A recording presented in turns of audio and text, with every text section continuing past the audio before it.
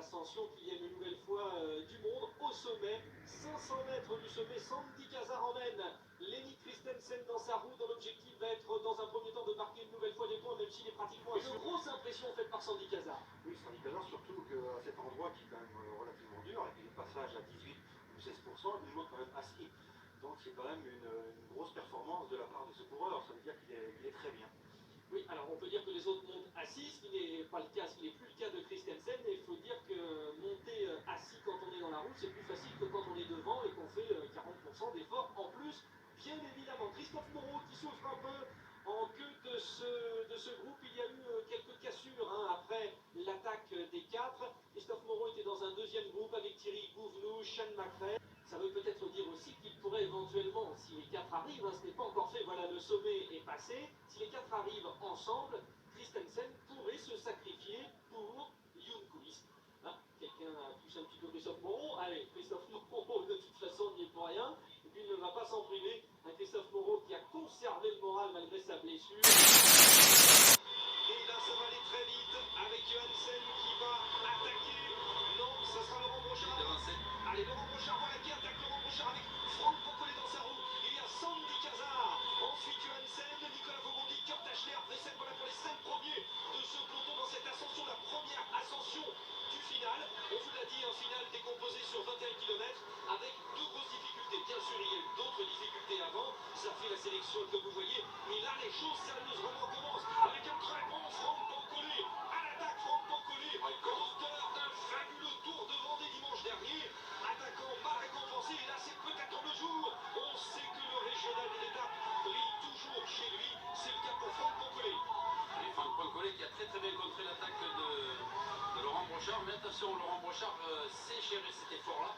Lui, il risque d'en remettre un petit peu dans le sommet. Est-ce que Franck Pocolé s'est mis dans le roue? C'est le cas. Il a mis tout le monde un petit peu dans le roue.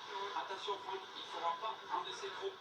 C'est René Jorgensen qui est dans la roue de Franck Pocolé. René Jorgensen, quatrième du Grand Prix de Wallonie et du Tour de Langkawi l'année dernière. Ça se regarde. Belle représentation des Jeux.com. Il n'était que 5 au départ. Alors quels 5 coureurs Robin en l'occurrence ici. Cette fois-là. Nicolas Vaugondi, Sandy Cazard. Présent également Nicolas Frick, on vous en a parlé. Et puis Benoît Vaudreuil. Nous sommes à 16 km de l'arrivée. C'est parti pour l'intégralité. Il y a 25 secondes d'avance et un Jérôme Pilot qui est en train de craquer. Aïe aïe aïe aïe aïe aïe. Pinot qui a mal, qui est en train de subir la journée qu'il a passée devant. Franck Bouilly accélère. Voilà, il a l'air fort, Franck Bouillet. Il est très fort. Après sa démonstration sur le circuit de la Sarthe, seul Sandy Cazard essaye de le suivre et c'est bien difficile aussi pour Sandy. L'expérience de Franck qui a été très actif tout au long de cette journée et qui maintient maintenant ce rythme jusqu'au sommet de cette avant-dernière difficulté terrible, la côte du Moulin Neuf, avant d'aborder dans un instant la côte des Champons et d'aborder la descente où on passe dans le village de Camembert. Voyez le gros travail des Crédits Agricoles, parce que dans ce peloton, il y a pratiquement l'intégralité de l'équipe du Crédit Agricole, sauf Moreau et Salmon qui ont abandonné. Tous les autres sont là, Bonne-Charente, Federico, Algan, Cacheskid, mais ça craque aussi en tête du peloton, Gilles. Avec la montée de la côte de Moulin-Neuf et ses passages à 17%, accélération de Jérôme Pinot et de Nicolas Roche, les coureurs de Bouygues Télécom et Crédit Agricole qui parviennent à prendre quelques longueurs d'avance. Ils s'entendent parfaitement, mais seront repris. Le coup de grâce leur sera asséné par Freddy Bichot, dans la côte de Moulin-Neuf. Angèle suit sans problème, Duquet et Champion sont toujours. Julien Automarquis, au pied de la côte du Moulin, fait le forcing, relayé par Sandy Cazard. À 15 km de l'arrivée, la bonne échappée est en train de se créer. Avec Pierrick Fédrigo, équipier de Sandy Cazard, Romain Hardy et Maxime Eberel, deuxième l'an passé, ici à Pimoutier.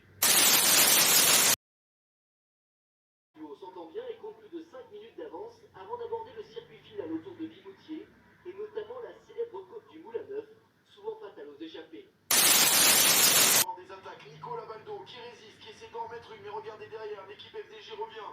Quel travail de l'équipe FDJ, tous les maillots bleus et blancs sont à l'avant de la course. Nicolas Baldo repris maintenant. Nouvelle côte au programme et donc forcément de nouvelles attaques. Dans la côte du Moulin Neuf, c'est Evaldas Siskevicius qui allume le premier la mèche. Brillant sur les routes de Paris-Nice, le coureur de la formation marseillaise trouve un autre homme dans sa roue. C'est un coureur de la formation Fortuneo Vital Concept qui tente de le suivre. C'est Florian Vachon qui est là, déjà offensif à Vitré. Et Valdassis Kevicius qui essaye de s'accrocher. Ça devient difficile. Florian Vachon qui vient le relayer. Et derrière eux, la formation Direct Énergie qui tente de revenir. On a l'équipe AG2R La Mondiale un petit peu plus loin. La formation difficulté de la journée avec l'arrière du peloton. Cette fois, et certains garçons qui pointent, ça devient difficile pour Romain Campistrou, pour Ruben Pols de la formation Sport Vlaanderen baloise.